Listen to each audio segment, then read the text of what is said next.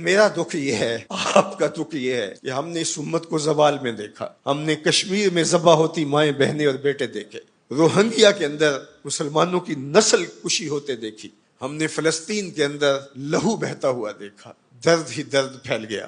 آج ان یتیموں کے سر پہ کوئی ہاتھ رکھنے والا نہیں ہے۔ 3 مارچ 1924 کو ہم یتیم ہو گئے تھے، سلطنت عثمانیہ ٹوٹ گئی تھی، ورنہ شرق سے لے کر غرب تک، شمال سے لے کر جنوب تک مسلمانوں کا تسلط، اور لوگ ڈرتے تھے اگر خلیفہ نے اعلان جہاد کر دیا تو پھر تمہیں پوری دنیا میں چھپنے کی جگہ نہیں ملے گی۔ یتیم جانتے تھے ہمارے سر پہ کوئی کھڑا ہے، بیوائیں اپنے آپ کو بے آسرا نہیں سمجھتی تھی، بوڑھے سمجھتے تھے کہ ہمارا آسرا یہ لاٹھی ہی نہیں، کچھ دنیا میں بیٹھا ہوا خلیفہ بھی ہے۔ لیکن پھر دنیا کے 3 بر اعظموں پہ پھیلی ہوئی سلطنت صرف دنیا کے 3% حصے پہ سمٹ گئی، اور آج 56-57 اسلامی ملکوں کے اندر ہم تقسیم ہیں، اور اس تقسیم کا نتیجہ ہماری ہوا اکھڑ گئی۔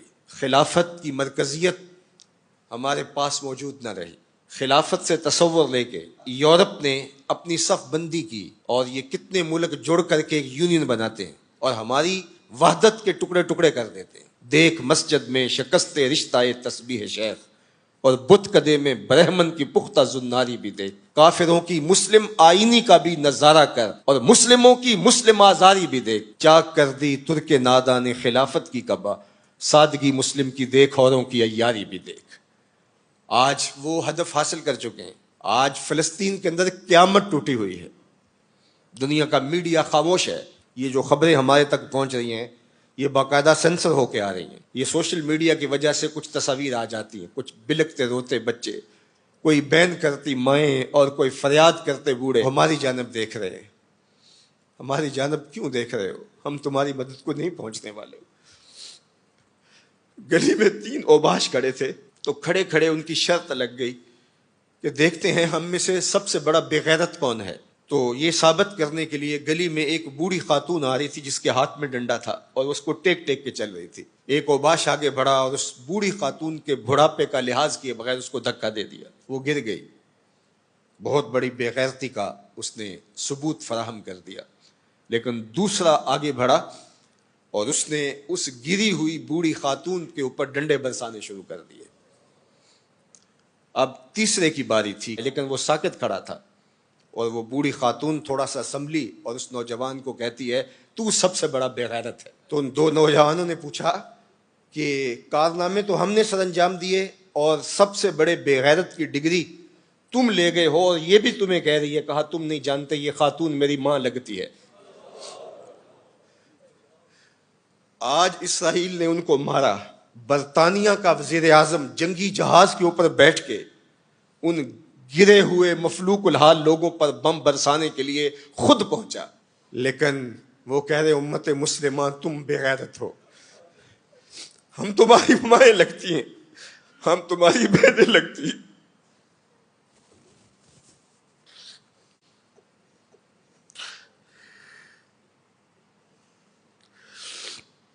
ہم تمہاری بیٹیاں لگتی ہیں۔ ایک یہودی ایک پردہ دار خاتون کے اوپر شراب پھینکتا ہے اور باقی آوازیں کستے ہیں، لیکن وہ دیکھ رہی ہے ایڑیاں اٹھا اٹھا کے امت مسلمہ کی طرف۔ تمہاری مدد کو میری بہنوں کوئی پہنچنے والا نہیں ہے۔ یہ 56-57 اسلامی ملکوں کی فوجیں کرتب دکھانے کے لیے ہیں۔ ہمارے میزائل سسٹم، ہمارے اسلحہ جات، ہمارے ٹینک، ہماری توپیں، ہمارا ایٹم بم تمہارے کام نہیں آئے گا، تمہیں مرنا پڑے گا، سسک سسک کے مرنا پڑے گا۔ یہ امت تمہاری مدد نہیں پہنچے گی، 40 ملکوں کی مشترکہ فوج بھی تمہاری مدد کو نہیں پہنچے گی، حرم سے بھی کوئی آواز نہیں اٹھے گی، نہ عجم سے کوئی آواز اٹھے گی۔ آج امت مسلمہ ایک تن مردہ ہے، OIC مردہ گھوڑے کی طرح ہے۔ بیت المقدس کے ایک کونے کو آگ لگی تھی تو یہ OIC بنی تھی، اور آج پورے فلسطین کو آگ نے اپنی لپیٹ میں لے لیا ہے۔ وہاں یتیم ہی یتیم فریادیں کر رہے ہیں، وہاں بیواؤں کی سسکیاں ہیں۔ ہم اس حالت کو کیوں پہنچے؟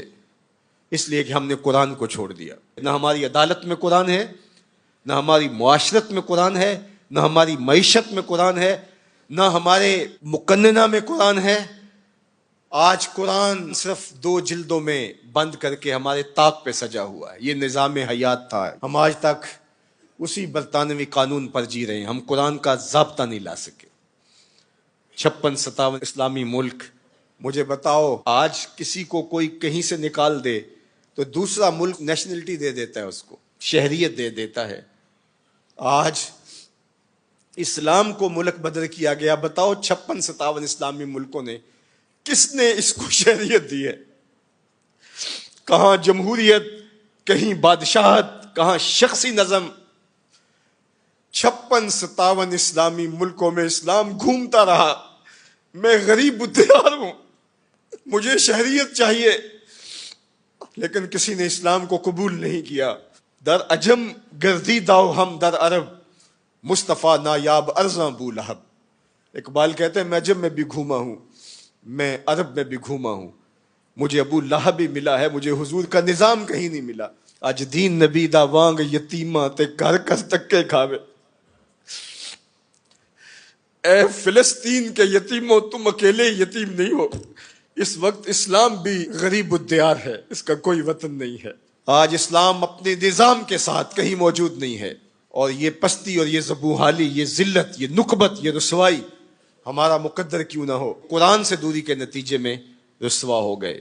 ہمارے دردوں کا مداوا قرآن ہی ہے, ہمارے دکھوں کا علاج قرآن ہی ہے. گر تمی خواہی مسلمان زیستن, نیست ممکن جز بقرآن زیستن. اقبال نے کہا اگر تو مسلمان بن کے جینا چاہتا ہے تو قرآن کے بغیر نہیں جی سکتا. اور پھر آگے چل کے کہا فاش می گوئم آنکھ در دل مزمرست, این کتاب نیست چیز دیگرست. کہا جو میرے سینے میں پوشیدہ ہے میں کھل کے نہ کہہ دوں, یہ کتاب نہیں کوئی اور ہی شے ہے. یہ زندگی بانٹ دیتی ہے, یہ اٹھا دیتی ہے گری ہوئی قوموں کو. اللہ اکبر. تو ہم نے اس قرآن سے جڑنا ہے,